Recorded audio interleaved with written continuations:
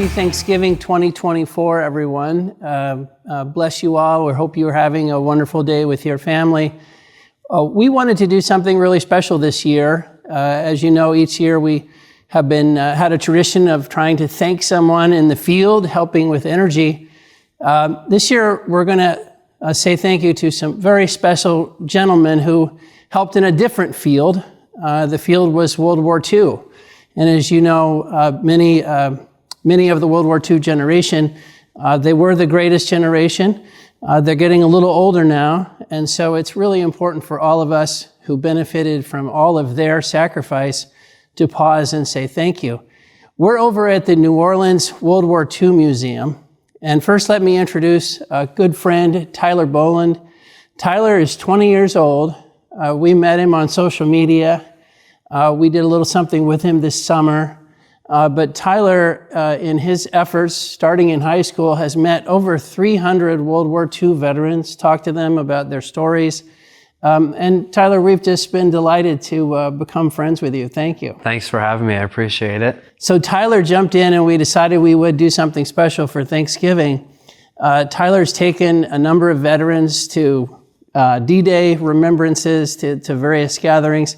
And we have 3 World War II veterans here with us today, here from Pennsylvania. I've learned from Tyler that Pennsylvania is one of the largest concentrations of World War II veterans anywhere in the country. So let me introduce these very special guys. Bill Balabanow, yes, who sir. was in the Merchant Marine. Yes, sir. And served in just World War II, Korea, and Vietnam. That is correct. So thank you so much for being here with us today, Bill. Thank you very much for having us. And you are 98 years old? Yes, sir. That's 98 correct. years old. Okay, we also have Milton Ripple, nickname Rip. Yes. You're our youngster. You're 96 years old. I'm the youngster, You are. the baby. And you served in the Navy in the Pacific That's correct. on the USS Paulus. Yes. Do I have that right? Yes. Wonderful. Well, thank you for joining us, Milton. I appreciate you coming here. It's really great. And Frank Steller is with us. Frank just turned 100 in September. He was in the Army Air Corps. He was in France. He was building airfields. And then when the Battle of the Bulge picked up, he was sent to England for infantry training. And so he joined the infantry. Frank, thanks you so much for coming to New Orleans and being with us today. Thank you. Well, let's jump in with some discussion, guys. We had dinner last night. Oh, did we ever? That was really fun. Yes, sir. And then we hit Bourbon Street. That's a little secret. Maybe I shouldn't have shared it. Yeah, I think you're right there. Oh, to keep it out of the down low. Yes, sir. But it was a great dinner, and it was great to get to know you guys. One thing that came out at dinner was pretty amazing is you 3 guys all remember your serial numbers from the war. Yes, sir. Like that name, rank, serial number, you still all have that. Yes, we do. All right, give me your serial number, Bill. 621966. Wow, Milton, give me your serial number. 248-1861. And Frank, give me yours. 33507-366. It's amazing. Now, Tyler has become such a student of World War II. When we went through that last night, Tyler said, now, Frank's number starts with a 33. That means he was drafted. If it started with a 2, that meant you guys joined Yes. at 17. Yes, sir. 17. And you were 17, and then you were 18. Right. But Tyler, you've learned so much about World War II doing all this stuff. I have, yeah. Yeah, when, like you mentioned, if you had the first 2 numbers starting in 3-3, that most of the time meant that they were drafted, like in Frank's case, which I thought was interesting. Tyler, can I ask you, this has been such a neat project for you. I mentioned all those veterans you've met. These guys have become like your buddies. Yes. They're not just people you're interviewing. Yep. God bless you. Thanks I for all you're appreciate doing. it. Yeah, they're good friends of mine, and I try to keep them out of trouble, but at times it's kind of difficult, but I enjoy them, so. Well, we kind of joke, it's kind of like Camp Tyler around here because he's always telling you guys, hey, have some water, or, do this or do that. It's like being in Tyler's army again. Well, yes, sir, that's correct. He limits the scotch, and it's all water. He runs a tight ship. Does he ever? Didn't hear that for a long time. Maybe I could ask you guys, we did spend a few hours at the museum this morning, and there's 7 buildings over here. It's a huge facility. I thought it was really nice. Everywhere we went, people would say hello to you and greet you and thank you. They know you're veterans. What was your most interesting thing about the museum, Bill? The uniqueness of it. There's, I don't know anything like this in the United States. And you've been here a couple of times before. Yes, sir. Hope to get back a couple times more. Yes, sir. It is amazing how much stuff they have from every aspect of the war. Yes, sir. That's correct. Yeah. Milton, what did you like about the museum? Well, I was amazed that all this World War II equipment they have restored and it's so beautiful. And all the other artifacts, movies, actual pictures of actions that were taking place during World War II. Yeah. It's amazing. It's pretty amazing they can take a plane and hang it from the ceiling like that. That's correct, yeah. Now, a good story about planes, Frank. Before yesterday, the last plane you flew in was a C-47. Correct. And then 80 years later, you got on a plane from Philadelphia and came to New Orleans. That's right. That's pretty crazy stuff, Frank. How did Tyler talk you into that? My son helped for that. He says, Dad, you go, you'll have a good time, but I don't like to fly. He says, well, you go anyway, you'll like it. And sure enough, he was right. So Frank, let me ask you, because I learned a little bit about you here last night. You just turned 100. You go to the YMCA 3 days a week. Yes. You walk faster than all of us. What's your secret? Well, going to the YMCA and the Veterans Hospital in Lebanon does a lot for me. You know, that's one thing I've heard, I think all of you say, you're used to hearing people complain about the veterans' hospitals and medicine, but you guys have great things to report about the veterans' hospitals. Yeah. Yes. Is that right? Yeah, they take good care of you. Yep, he's I go for correct. my hearing aids and my glasses. Like, it's really a good story. All kinds and of they have the best equipment available to treat us. Bill, have you had the same experience? Yes, sir. I had rather comical, but I was on the telephone with a nurse deciding what route we should go down, and she said to me, "When would be the best time to call you?" I said, "Well, yesterday would have been a good time." And she said, "Well, how about tomorrow?" So we set up a meeting, an appointment for tomorrow, and it was done. That is VA. That's really great. You just don't hear that enough. That's wonderful to hear.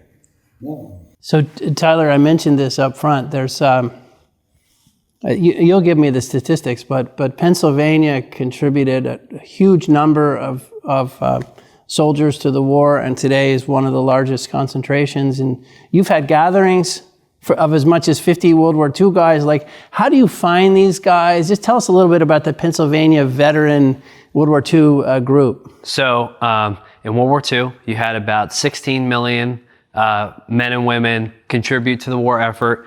Now there's only about 100,000, which is less than 1% of that original 16 million. About 280 to 300 die a day across the country. So we are losing them fast, but we're very lucky to have 3 out of the 100,000 that's still living.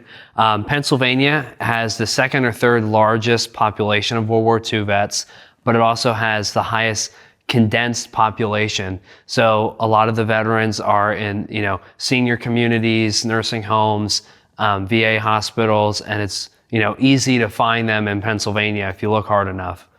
And you had this great story. I don't want to give away all your secrets, or maybe that's fine, but how you find them. Oh, yeah. So so in Pennsylvania, like voting records are public. So you can look at who's voting, and from that you can see what years they were born. So I kind of find if they were 95 plus, and there's a good chance that they're World War II. So that's another way I go and track them down. So because you know the math of all these guys. I mentioned Milton's 96, Bill's 98, Frank's 100, but those are the ages we're talking about now of these veterans. Yeah, the youngest you can be if you faked your age or you joined when you were really young is like, you'd be like 96 right now. So that's, you're born in 1928, and that's the absolute youngest at the end of the war.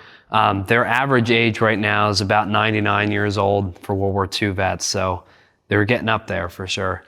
So, Bill, I think your mom didn't want you to join, right? No, she was against it. She was against it. And you also had a spine problem, so the Army didn't want to let you in. That's correct.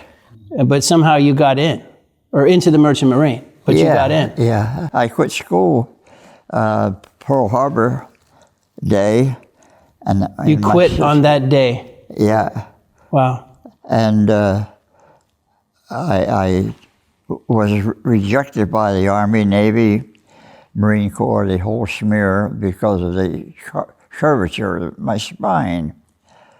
But I found that the Merchant Marine, after 2 years of searching, I call it searching, but you know how it is when kids get But 4 of us went down to the recruiting station to join. And you want me to tell the story about my mother's signature? Yeah. Oh. Is it really her signature? Well, no, it was not her. They needed me to sign, needed my mother to sign papers. And I said, well, she's not here. They said, well, take the papers along home with you.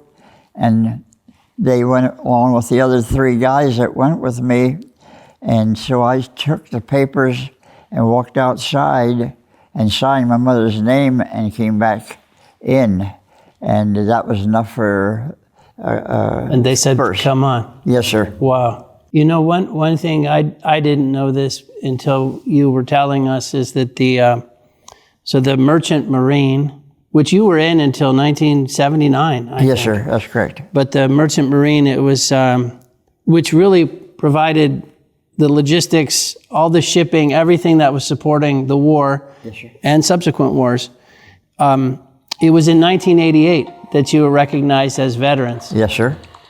Really amazing story. I think it was 95-202 was enacted to cause the merchant mariners of the wartime mariners now, not any of the peacetime. Right. And at that date, we became recognized as veterans. And then I saw, if I read this correctly, the Congress awarded the Congressional Medal of Honor to the Merchant Marine for World War II. Of World War II, that is correct. And everybody got a bronze, a replica of Yes, that sir. Congressional That's Medal. correct. And the gold issue was sent to Kings Point, the Merchant Marine Academy in Kings Point, in New York. Wow. And I received one, but I don't have it with me. So I was thinking, you mentioned this, you dropped out of high school to go. Yes, sir. And Frank, you dropped out of high school to go. Yes, to go to work. And then the deal was, when you got back, if you went down to your high school, they would give you a diploma. Yes. But both of you guys said, I'm not going down there to get that. No. I mean, yes. Yes and no. Yes and no. My brother-in-law wanted me to go and get it, you know. I said, no, I'm not going because I didn't earn it. Well, we're saying today you learned more in France and England and fighting through Germany than you would have in the rest of high school. So we still think you ought to go get it, Frank. No. If you didn't earn it, you don't get it. This is tough stuff. This is the greatest generation stuff. That's the way it goes. And then, Milton, you came back and went to college on the GI Bill. But the Navy could take some courses. And then I got my diploma, and then under the GI Bill, I went to business school. And then I took Penn State, Berks County engineering courses, and I became an industrial engineer at Textile Machine Works, the largest manufacturer of women's hosiery in the world at that time. By being in the service, I say it changed my life. I had the opportunity, being one of 9, my parents couldn't send me to school, so under the GI Bill, I had that opportunity to further my education and get a good job for the rest of my life. And that changed my whole life. That's one of the things that the museum has like an exhibit about, is how the war changed the country. Not just you guys saved the world, but it changed the nation. It set in motion a number of things that ultimately made the U.S. a better place, which is a really great part of the story. Bill, what's a funny story from the war? I don't have any. War is hell. War is hell. So Milton, did you get seasick? I never got seasick, but some of the guys used to be throwing up over the pool. We used to make fun of them. Did they eventually get over it? Some guys got seasick all the time. Oh, that's rough. I never did. That's rough. I was fortunate. We can't go into too much detail. It's Thanksgiving. People might get seasick at home. His story about seasickness is my life. Oh, yeah. Your whole life on a boat. Whole life on a boat. And at one time, my friend had a yacht, and he wanted to take it from Baltimore, I think it was, up to New York. And he asked me to go along with him. And he was a car dealer. He had done me a lot of favors, and I couldn't say no. But we got out, and no sooner did we get around the buoy that I got seasick. And it was so bad. This is after you got out of the service. Yeah. Wow. It was so bad that he asked me to go look at a chart, and I got down under deck and I did. And after a while, I just gave it up. He said, "Bill, this is getting serious." He said, "I need some help up here. Get me that chart." I said, "I'm serious too. You turn this sucker into the water and let it sink." That's bad. That was bad. So of all those places you traveled in the world, what was the most interesting place you went to? I made everything as interesting as I could, because I walking through this life once, and when people go visiting foreign countries, they go to the high-class restaurants and so forth. I didn't do that. I went down and mixed with the crew, with the common people, and I learned a lot. So not a favorite place? Well, Buenos Aires. Buenos Aires. Yeah, because I was down there for so long. Oh, yeah. Yeah. Now, one thing that came up, Tyler, you mentioned this, is, and Frank, you went to Germany. You were on the seas, yes, and Milton, you were in the Pacific, but a lot of the Pennsylvania soldiers they were Pennsylvania Dutch, so they kind of spoke a little bit of, they could follow German. You've run into that? And yeah, like a lot of, especially in Lancaster County area, Berks County area, a lot of the guys growing up heard their parents or neighbors speak Pennsylvania Dutch, and they kind of learned it when they were young. So when they would go overseas over to fight the Germans, they would hear similarities between the German language and Pennsylvania Deutsch. So I think Tyler didn't know it, but I married a Pennsylvania Dutch woman. Oh. And she spoke it in the house, but she never spoke it out of the house. Oh. But that's just the way they were. But they cook. Did you? Boy, they're good cooks too. Boy, but did you have to learn Pennsylvania Dutch? No. No? Love took me through it. Love got you through. Yeah. Good food, and then you never knew what she would say. Yeah, she wondered I don't have a belly on me. Oh, so Frank, I think we have learned a lot as we've been walking through the museum, but the Battle of the Bulge was a big event, and I don't think people know it, but you have a unique story because you were building airports before the Battle of the Bulge. Right. Battle of the Bulge happens, and they said, we got to have you in the infantry. Do you mind telling that story? There were that many infantry killed or wounded, and they weren't coming over fast enough from the States. So they set up an infantry training camp in England, and they went to different outfits and picked a few from each outfit, and I was one to be picked. So I went back to England for infantry training. But you were a cook at the time. Yes. And they said, hey, you, cook, you're in. Yes. Wow. And off you went. Well, they took anything they could get, truck drivers or whatever.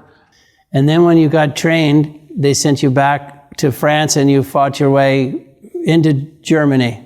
Yes. By the end of the war. So in the museum, there's a German Messerschmitt hanging from the ceiling. And you said, hey, I got a good story about one of those. We flew in a P-47 over the channel into France, and not far away from Paris. There's where we landed at. And we had to set up our tents. And I seen a German Messerschmitt that was shot down. So I went over and slept in there overnight. And that was a lot better than pitching a tent. There aren't many veterans who have slept in a German Messerschmitt overnight. Yeah. That's pretty good. Yes. You also had a great story. I think you told me you got home from the war on Christmas Eve? Christmas Eve, 6 o'clock that evening. 1945. 1945. That was a big surprise. Was everybody just crying and so happy to have you back? Yes. Because you had a big family. Yes, we had I had 8 sisters and 1 brother. And both brothers fought in the war. Yes, my brother was over in Europe too. Wow. He was 4 years older than me though. And did he make it back safely? Yes. Wow. Well, Milton, you had a big family. Yes. You were telling us at lunch you grew up in the Depression with a big family. Yes. And you better eat as much food as you can because there's not going to be more. Everybody at the Highlands says, Rip, you're the only guy that eats everything off your plate. I said, if you were born during a Depression, my mom just put a dish full and no more. You learn to eat everything. So Frank, when you got back from the war, you went to work in a iron ore mine? Yeah. And you worked in a mine? Cornwall Iron Ore Mines, owned by Bethlehem Steel. For 26 years, I think you said? 26 years I worked underground. Wow. And when the flood came in 72, why the mines flooded out, so they opened up the open pit. They had a big open pit there, and about 2 weeks I was laid off, and they called me back to drive truck in the open pit. I never even drove a pickup truck in my life, and they were going to have me drive a uke. They gave me a half a shift to learn to drive. So can you believe a guy who went into World War II at age 18, served in the military, worked 26 years in a mine, underground. After I came home. After you came home, that you lived to be 100. Because you've worked hard in your life. Well, do you think that's the secret of living a long life? Working hard? I don't know what the secret is. You can tell them anything, they'd believe you. You don't have a secret? Oh. No secret? Milton, what do you think the secret is to living I have a dark chocolate truffle every day for lunch. Okay. And a glass of Merlot for dinner every night. One Merlot. One Merlot. And a dark chocolate truffle for lunch. That's good. How about you, Bill? What's the secret of a long, healthy life? I told you, mine is chasing women and not catching them. Chasing and not catching. Yeah. Okay. Well, Tyler, You've been traveling with these guys. You got them all the way down here. What are some of your observations on hanging out with these guys? Well, I think it was really cool to travel with all three of them in general. It sounds crazy. Yeah. Right? Like 3 guys, 96, 98, 100, flew from Philadelphia to go to the World War II Museum.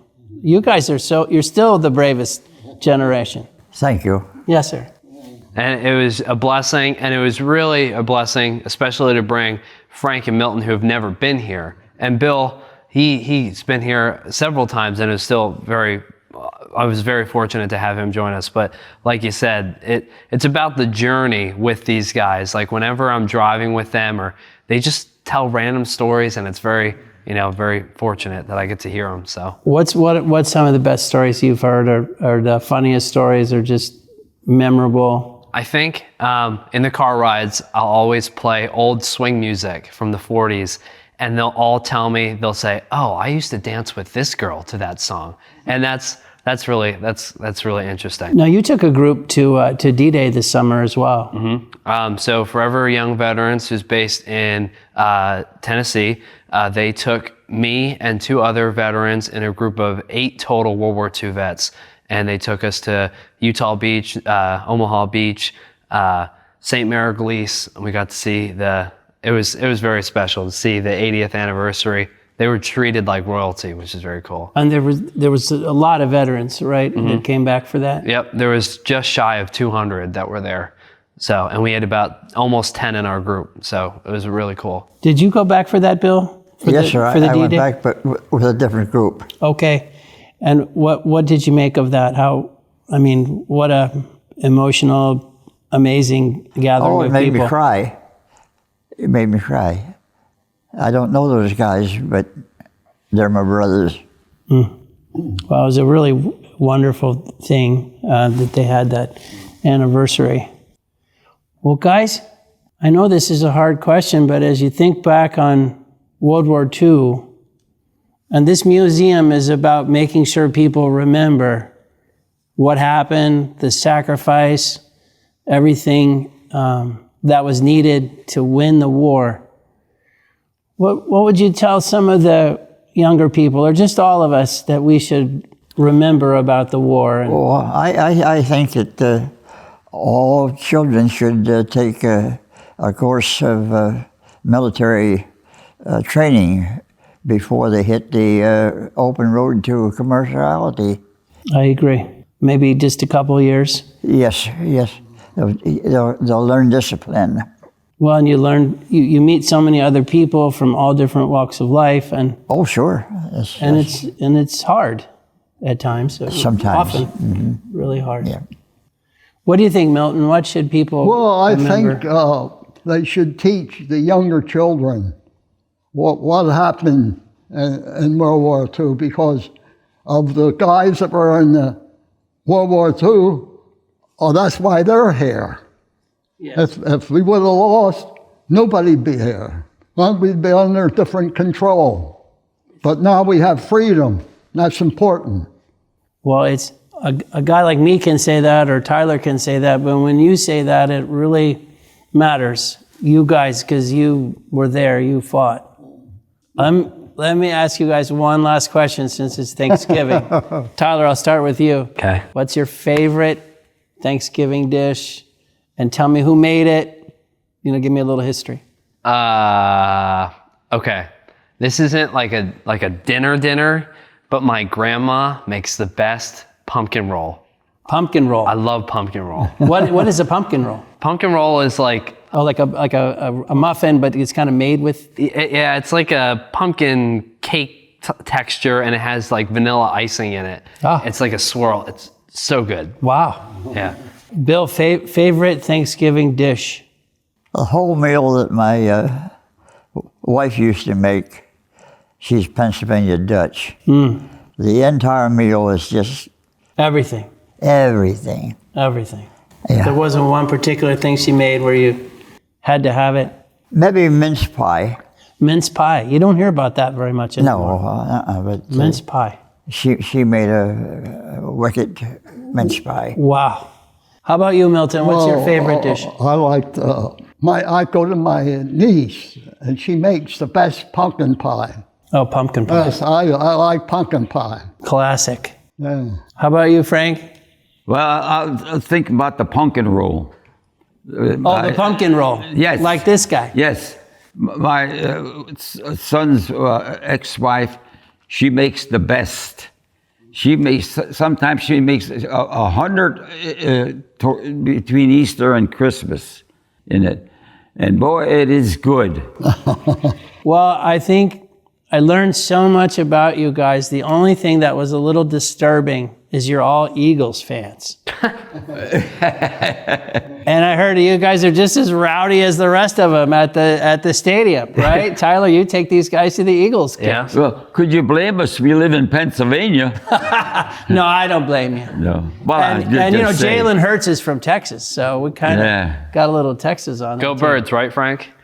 Go Birds! And I want to say a thing. A year ago, I met Tyler. He came to the Highlands to speak at our veterans program. Yes, sir. And that Tyler changed my life at 96. I'm running all around with him. He's wild, isn't he? He's great. Always something doing. And I want to thank him very much. He's a very energetic young boy, young man.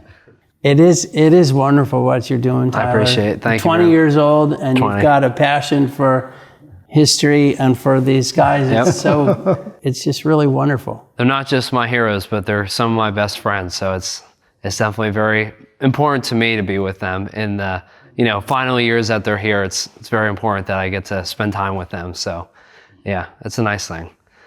Frank, what about you when you think back on the war and what people should remember?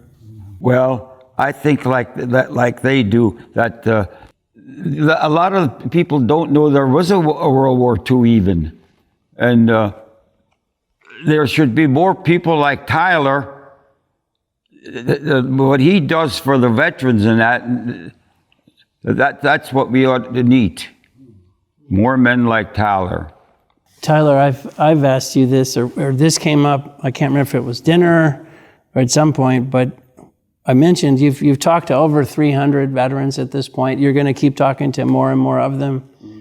You've mentioned a couple of the lessons you've learned from these guys. Do you want to share those? Well, I think I mentioned this the other day. Like, the number one lesson that I've learned from them is to be humble. I never want to seem too cocky or arrogant or anything.